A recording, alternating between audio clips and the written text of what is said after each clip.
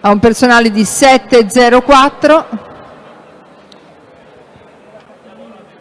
Intanto questo è il risultato della prima serie: Duri con 7,53, Aprile 7,70, Carraro 7,71, Chebe 7,75, Brunei 7,77, Melotti 7,93. Seconda batteria vede in corsia 1 Aurora Latini, in corsia 2 Alessia Capabianca, in corsia 3 Sara Santinelli, in corsia 4 Beatrice Avino, in corsia 5 Vicky Ferrari, in corsia 6 Roberta Schiassi, in corsia 7 Camilla Sarti e in corsia 8 Elisa Morganti.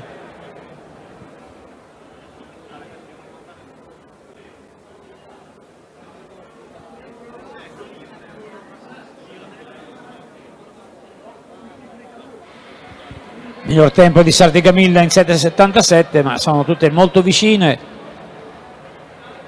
E in corsia 1 Latini Aurora 7,78, si migliora di un decimo, 7,68 per Aurora Latini dell'Axi Italia Atletica.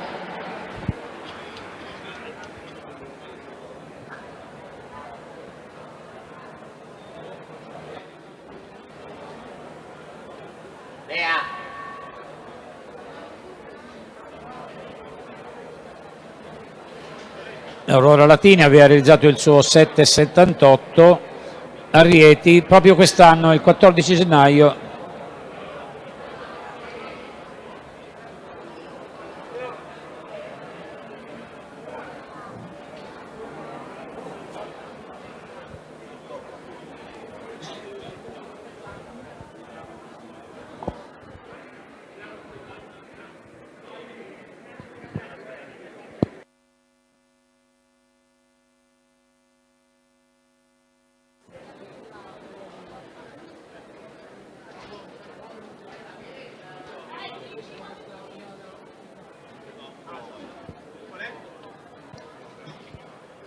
E abbiamo visto il salto di Federico Dicati, Fiamme Oro, personale di 7,25, ha saltato finora 6,94.